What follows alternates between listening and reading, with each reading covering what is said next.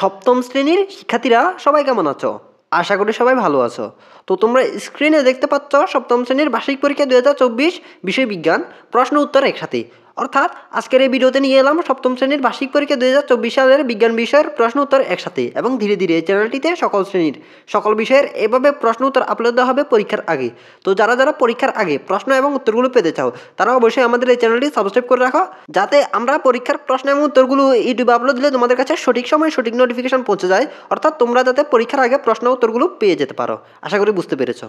তো আমরা সপ্তম শ্রেণীর বিজ্ঞান বিষয়ের প্রশ্নপত্রটি দেখি। তো আমরা প্রথমে প্রশ্নগুলো দেখব, তারপর আমরা প্রশ্নগুলো দেখার পর সেগুলোর উত্তর দেখব। তো আমরা এক নজরে সব প্রশ্ন আগে দেখিনি। তো এখানে তোমরা দেখতে পাচ্ছ সময় 3 ঘন্টা, পূর্ণমান 100। ক বিভাগে রয়েছে নৈবিত্তিক অংশ, যেখানে রয়েছে 25 নম্বর। 25 নম্বরের মধ্যে 15 নম্বর রয়েছে বহু নির্বাচনী প্রশ্ন। তো আমরা বহু নির্বাচনী প্রশ্নগুলো দেখিনি। তো আমরা এখানে বহু নির্বাচনী প্রশ্নের 1 নম্বর প্রশ্নটি দেখতে পাচ্ছি, এবং আমরা বহু নির্বাচনী অংশের 2 নম্বর প্রশ্নটিও দেখতে পাচ্ছি। তো এখানে আমরা 3 নম্বর প্রশ্নটিও দেখতে পাচ্ছি, এবং 4 নম্বর প্রশ্নটি আমরা এখানে দেখতে পাচ্ছি। তো এখানে একটা কথা হলো, কিছুক্ষণ পরে আমরা এই প্রশ্নগুলোর উত্তর দেখব। তো এখানে আমরা 5 নম্বর প্রশ্নটিও দেখতে পাচ্ছি, এবং 6 নম্বর এখানে একটা অনুচ্ছেদ দেওয়া আছে, অনুচ্ছেদটা থেকে 6 এবং 7 নং প্রশ্নের উত্তর দিতে হবে। তো আমরা 6 এবং 7 নং প্রশ্ন এখানে দেখতে পাচ্ছি। তো আমরা এখন দেখতে পাচ্ছি 8 নম্বর প্রশ্নটি, এবং আমরা 9 নম্বর প্রশ্নটিও দেখতে পাচ্ছি, 10 নম্বরও দেখতে পাচ্ছি, এবং 11 নম্বর প্রশ্নটি আমরা এখানে দেখতে পাচ্ছি, এবং 12 নম্বর প্রশ্নটি আমরা এখানে দেখতে পাচ্ছি, এবং 13 নম্বর প্রশ্নটি আমরা এখানে দেখতে পাচ্ছি, 14 এবং 15 নং প্রশ্ন আমরা এখানে দেখতে পাচ্ছি। তো এগুলোর উত্তর আমরা কিছুক্ষণের মধ্যে দেখব। তো আমরা এখন দেখব নৈবিত্তিক অংশের এক কথায় উত্তর প্রশ্নগুলো, এবং সেগুলো দেখার পর সেগুলোর উত্তরও দেখব। তো আমরা এখানে এক কথায় উত্তর প্রশ্নের 3টি প্রশ্ন দেখতে পাচ্ছি। তো আরগুলো কিছুক্ষণের মধ্যে দেখব, একটু ওয়েট করো। তো আমরা এখানে এক কথায় উত্তর প্রশ্নের বাকি প্রশ্নগুলো এখানে দেখতে পাচ্ছি। তো কিছুক্ষণের মধ্যে আমরা সেগুলোর উত্তর দেখব।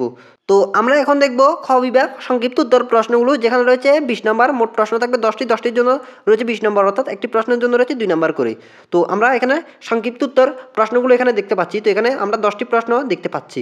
তো আমরা এখন দেখব ঘ বিভাগ রচনামূলক অংশের প্রেক্ষাপটবিহীন প্রশ্নগুলো। তো এখানে প্রশ্ন থাকবে মোট 5টি থেকে যে কোনো 3টি প্রশ্নের উত্তর দিতে হবে, এবং প্রতিটি প্রশ্নের জন্য রয়েছে 5 নম্বর করে। তো আমরা এখানে প্রেক্ষাপটবিহীন অর্থাৎ দৃশ্যপটবিহীন, একই কথা।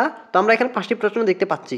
তো আমাদের দৃশ্যপটবিহীন প্রশ্নগুলো দেখা হলো। তো এবার আমরা দেখব ঘ বিভাগের রচনামূলক অংশের প্রেক্ষাপট নির্ভর প্রশ্নগুলো, অর্থাৎ দৃশ্যপট নির্ভর প্রশ্নগুলো, একই কথা। তো এখানে প্রশ্ন থাকবে মোট 60টি থেকে যে কোনো 5টি প্রশ্নের উত্তর দিতে হবে, এবং প্রতিটি প্রশ্নের জন্য রয়েছে 8 নম্বর করে, মোট হলো 40 নম্বর। তো এখানে আমরা প্রশ্নগুলো দেখতে পাচ্ছি। তো এই প্রশ্নগুলো বলতে গেলে প্রায় সৃজনশীল প্রশ্নের মতোই। তো এখানে আমরা দৃশ্যপট নির্ভর প্রশ্নের ক এবং খ 2টি প্রশ্ন দেখতে পাচ্ছি, এবং তথ্য 1 এবং তথ্য 2 এটা অনুচ্ছেদের মতো, সেটাও আমরা দেখতে পাচ্ছি। তো আমাদের 1 নম্বর প্রশ্নটি দেখা হলো।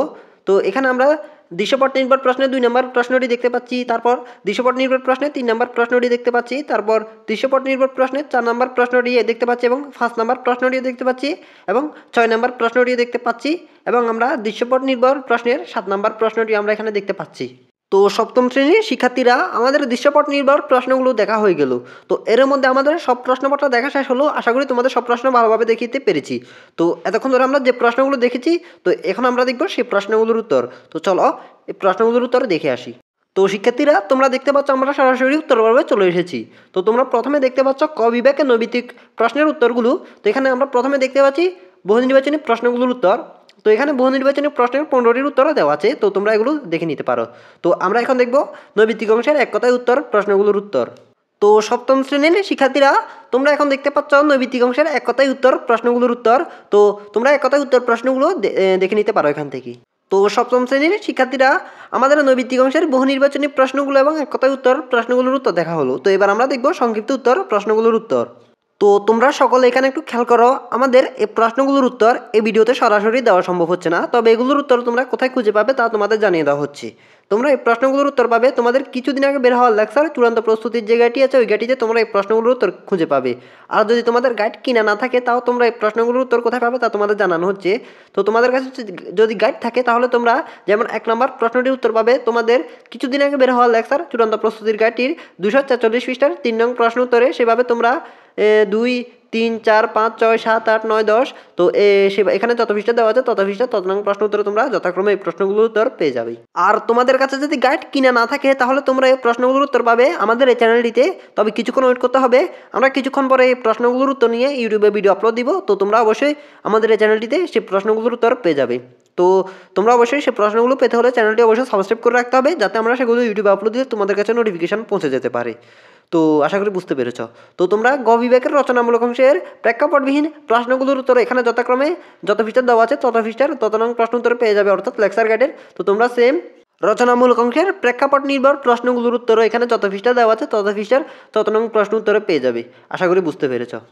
তো সপ্তম শ্রেণীর শিক্ষার্থীরা, আশা করি তোমাদের সব প্রশ্ন এবং উত্তর ভালোভাবে দেখিয়ে দিতে পেরেছি, এবং আশা করি তোমাদের মনে আর কোনো ধরনের প্রশ্ন থাকার কথা নয়। তবু যদি থেকে থাকে তাহলে তোমাদের প্রশ্ন অবশ্যই আমাকে কমেন্ট বক্সে জানাতে পারো, তোমাদের প্রশ্নের উত্তর অবশ্যই দেওয়া হবে।